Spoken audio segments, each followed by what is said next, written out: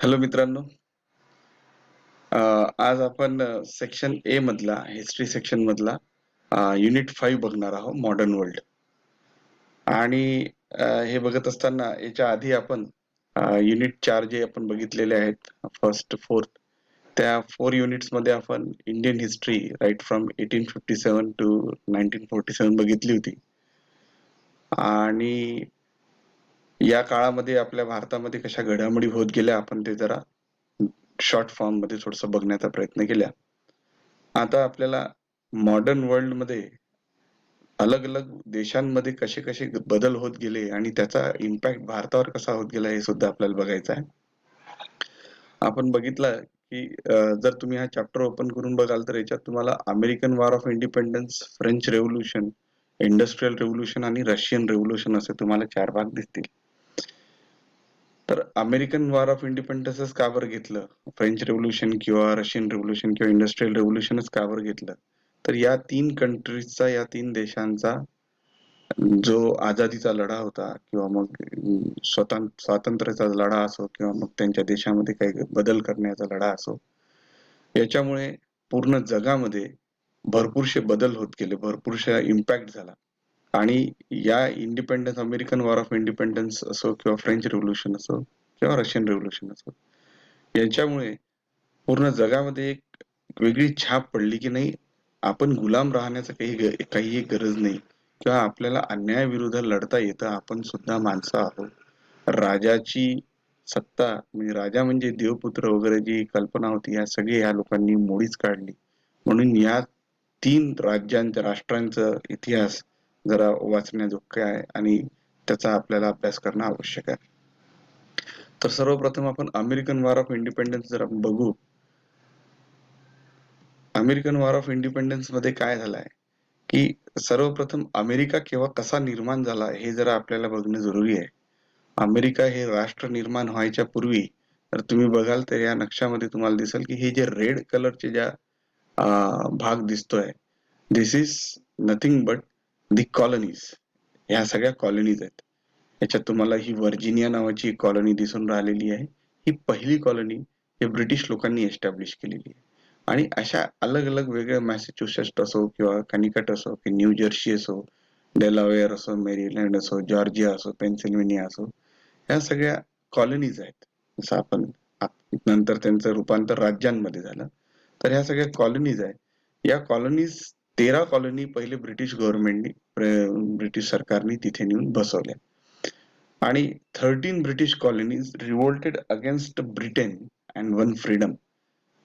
तर बाकीचा अमेरिका अजून निर्माण झालेला नव्हता, परंतु इथे ह्या ज्या 13 कॉलनी होत्या, ह्या ब्रिटिश कॉलनी होत्या. या 13 कॉलनींनी काही एकत्र आल्या आणि ब्रिटिश गव्हर्नमेंटच्या काही अन्यायपूर्ण बाबी होत्या, त्याला त्यांनी विरोध केला.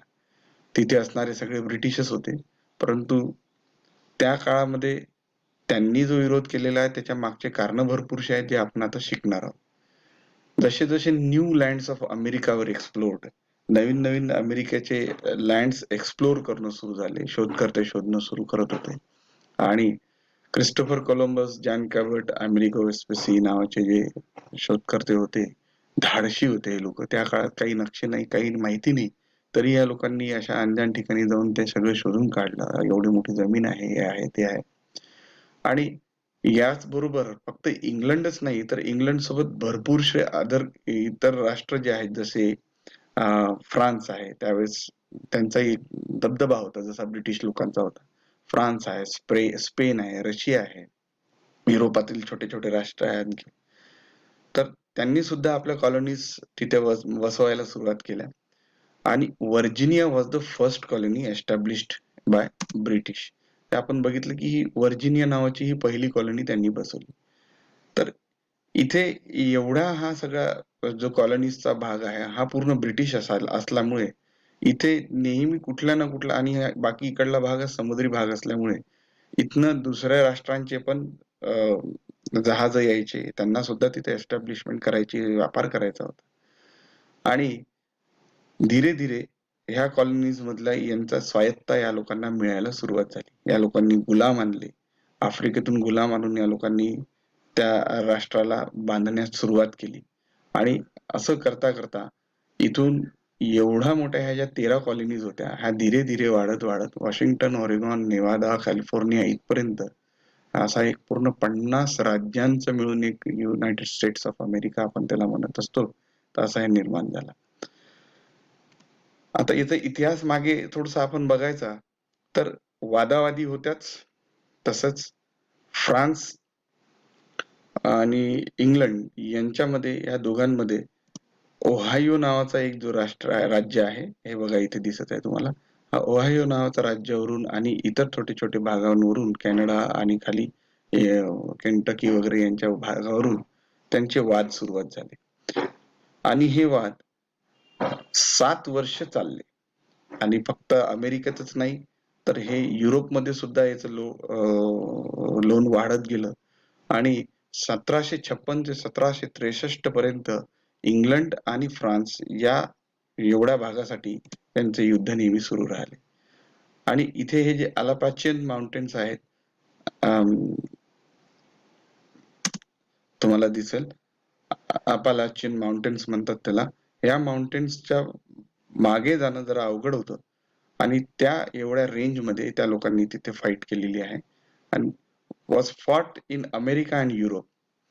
आणि ट्रीटी ऑफ पॅरिस झाली जिथे फ्रान्स हारला आणि इंग्लंडचा तिथे विजय झाला आणि इंग्लंड आणि फ्रान्स मध्ये काही तह झाले त्या पॅरिसला आणि त्यानुसार हे जे कॉलनिस्ट होते या लोकांना या माउंटेन्सच्या पलीकडे जाण्याची परवानगी नव्हती. याच्या पुढे तुम्हाला जायचं नाही.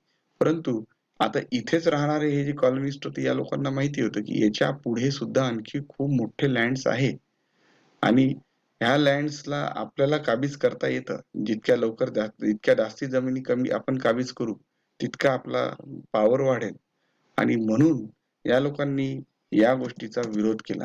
In all the colonist were not satisfied by this restriction. त्यांना इथे असं थांबवणं कॉलनिस्ट लोकांना बिलकुल आवडलं नाही, कारण की हे सुद्धा टॅक्स भरून राहिलेले होते. यांना सुद्धा तिथे टॅक्स भरायचा होता, टॅक्स द्यायचे. भरपूर गोष्टींमध्ये ब्रिटिश गव्हर्नमेंटने या लोकांना भरपूरचे रेस्ट्रिक्शन जरी आणले होते तरी सुद्धा हे लोक टॅक्स भरत होते आणि टॅक्स भरत असताना मग त्यांना आणखी जमिनी पाहिजे होत्या, आणखी पैसा कमवायचा. आता लोभ हा माणसाला सोडत नाही तशा प्रकारे. आणि नेक्स्ट आपण बघा तर या 7 वर्षाच्या युद्धामध्ये इंग्लंड भरपूर काही गमावून चुकला होता. आता युद्ध झालं म्हणजे भरपूरशा गोष्टींचं नुकसान सुद्धा होतं. त्यांना विजय तर मिळतोच, परंतु त्या विजयाची भरपूर किंमत सुद्धा मोजावी लागते आणि भरपूरशे नवीन नवीन टॅक्सेस त्यांनी लावले. उदाहरणार्थ शुगर ऍक्ट, साखर ही फार जास्त आवश्यक आहे. जशी भारतात त्यांनी मिठावरचा ऍक्ट टॅक्सेस लावले होते तसे त्यांनी अमेरिकेत सुद्धा त्या 13 कॉलनीज मध्ये, तिथे अमेरिका अजून काही जन्मास आलेली नव्हती, अमेरिकेत सुद्धा त्यांनी तिथे टॅक्सेस लावले होते. आणि वेस्ट इंडिजवरून येणारी जेवढी साखर होती त्या सगळ्या साखरवर या लोकांनी टॅक्सेस लावले. नंतर स्टॅम्प ऍक्ट, म्हणजे छोट्या छोट्या गोष्टी आहे जसं न्यूजपेपरही आहे किंवा लिगल डॉक्युमेंट्स आहे याच्यावर सुद्धा गव्हर्नमेंट टॅक्सेस लावून राहिली होती. जसं आपण स्टॅम्प पेपर्स आजच्या तारखेला किंवा जमिनी फ्लॅट काही विकत घेत असतो तर गव्हर्नमेंटला एक ड्युटी द्यावं लागते किंवा मग एक टॅक्स द्यावं लागते. त्यांनी छोट्या छोट्या गोष्टीवर सुद्धा टॅक्सेस लावले होते. मग या 13 कॉलनीजनी मिळून सगळ्यांनी सोबत एकत्र येऊन ठरवलं की बा तुम्ही आम्हाला आमच्यापासून टॅक्स घेत असता, आम्ही हे 13 कॉलनी इंग्लंडचा एक भाग आहोत, तर मग आम्हाला सुद्धा तुम्ही लोकांनी तुमच्या पार्लमेंटमध्ये रिप्रेझेंटेशन द्या, म्हणजे आमचा प्रतिनिधी तुमच्या पार्लमेंटमध्ये आला पाहिजे. जर आमचा प्रतिनिधी तुमच्या पार्लमेंटमध्ये येत असेल, त्या पार्लमेंटमध्ये आम्हाला बोलण्याची काही क्षमता असेल, आम्हाला बोलण्याची काही परवानगी असेल, तरच मग आम्ही कुठल्या प्रकारचे टॅक्सेस तुम्हाला देऊ, नाहीतर आम्ही टॅक्सेस देणार नाही. म्हणून मग त्या लोकांनी एक धोरण धरलं, नो टॅक्सेशन विदाउट रिप्रेझेंटेशन. कुठल्याच प्रकारचं टॅक्सेशन तुम्हाला देणार नाही जोपर्यंत आम्हाला तुम्ही रिप्रेझेंटेशनचा परवानगी देणार नाही. तरी सुद्धा गव्हर्नमेंट काही ऐकायला तयार नव्हती. या लोकांनी फक्त एक निविदा दिली होती, एक अर्ज दिला होता किंवा एक रिक्वेस्ट केली होती. मग 1767 चा परत त्यांनी ऍक्ट लावला, त्याच्यात नाना प्रकारच्या आणखी हेवी ड्युटीज लावल्या आणि आणखी वेगवेगळे टॅक्सेस लावले आणि याच्यामुळे कॉलनिस्ट सगळे हवालदिल झाले होते. सगळ्यांजवळ पैसा नसतानाही या लोकांनी, म्हणजे आम्ही पैसा कमवायला आलो की यांना पैसा पुरवायला आलो, यांना काही कळायचं नाही. इंग्लंडनी जरी एवढे लॉसेस सहन केले होते, परंतु याच कॉलनीज पासून काढून घ्यायचे याचा अर्थ असा नाही. आणि आता एकदम कळस म्हणजे टॅक्सेसचा तो होता टी ऍक्ट ऑफ 1773. म्हणजे चहावर सुद्धा त्या लोकांनी टॅक्सेस लावणं सुरू केलं. चहा सुद्धा हा बाहेरून यायचा, आशिया खंडातून यायचा. आणि आता तुम्ही हे कदाचित तुमच्या 8वी-9वीच्या वर्गात वगैरे बघितलं असेल की अशा प्रकारचे बोस्टन टी पार्टी म्हणून आपण एक खूप ऐकलेली आहे. की बोस्टन टी पार्टी मध्ये काय झालेलं आहे की 16 डिसेंबर 1773 ला या कॉलनिस्ट लोकांनी, सगळ्या कॉलनीतल्या सगळ्या लोकांनी ठरवलं की काही करायचं नाही, आपण या चहा जी आलेली आहे जहाज, हिचा काही आपण चहा वापरायचा नाही. यांनी विरोध केला, यांनी वापस पाठवलं, म्हणे आम्हाला तुमचा चहा नकोय. परंतु ती तिथे भरपूर दिवस उभी राहिली. डार्टमोट नावाची जी शिप होती ती उभी होती आणि ती बोस्टन नावाच्या पोर्टवर उभी होती. मग all of a sudden 8,000 people, लोक तिथे जमा झाले. या 8,000 लोकांनी स्वतःला मोहॉक इंडियन्सच्या प्रकारे च्या वेशात स्वतःला तिथे त्यांनी युद्ध सुरू केलं. आणि मोहॉक इंडियन्स सारखे त्यांनी स्वतःला डिस्गाईज करून घेतल्यानंतर त्या जहाजीवर, डार्टमोट नावाच्या जहाजीवर हल्ला केला आणि तिथले जवळपास 342 टी बॉक्सेस त्यांनी समुद्रात फेकून दिले. आता 342 टी बॉक्सेस जर त्यांनी समुद्रात फेकलेले आहेत तर त्याची किंमतच त्या काळात 18,000 पौंड्स होती अंदाजे. आणि 18,000 पौंड्स असलेली ही किंमत म्हणजे ब्रिटिश गव्हर्नमेंटला याचा फार मोठा नुकसान झाला. त्या लोकांना एवढं पहिलेच डबघाईच आलेली ब्रिटिश सरकार, आणि तेवढ्या याच्यात जर 18,000 पौंड्सचं जर नुकसान होत असेल तर त्यांना खूप राग आला. आणि गव्हर्नमेंटने सांगितलं की हार्बर हे तोपर्यंत उघडणार नाही, बोस्टन हार्बर, जोपर्यंत या तुम्ही 13 कॉलनीज मिळून आमचा हा भूर्दंड वापस मरत नाही, किंवा आमचा हा जो नुकसान आहे हे तुम्ही परत करत नाही. मग इंग्लिश लोकांचा जो दबदबा होता, जो वाढत चाललेला आहे बघून 13 कॉलनीज सगळ्या एकत्र आल्या. या 13 कॉलनीजनी एकत्र येऊन एक ठराव पास केला की बा आपण आपला एक स्वतःचा देश निर्माण करायचा. खूप झालं आता, आपल्याला ब्रिटिश सरकारचं काही एक ऐकायचं नाही. आणि बेंजामिन फ्रँकलिनच्या अध्यक्षतेखाली पहिली कॉन्फरन्स 5 सप्टेंबर 1774 ला झाली.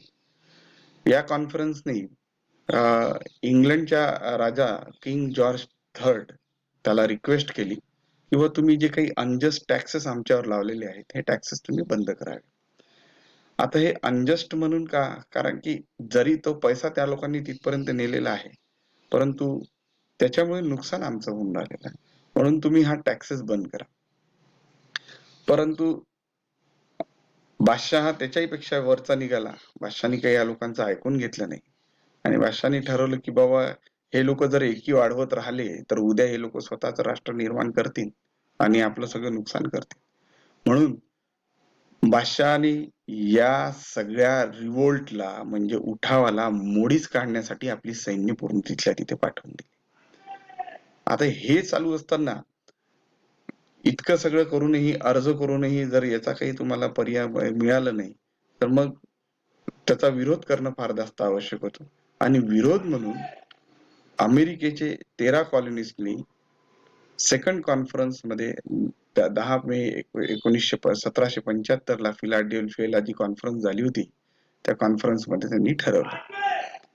आता याचाच दुसरा भाग, पण 15 मिनिटाचं लिमिटेशन असल्यामुळे आपण इथे स्टॉप करतोय आणि याचाच दुसरा भाग मी तुम्हाला आता थोड्या वेळाने परत अपलोड करणार.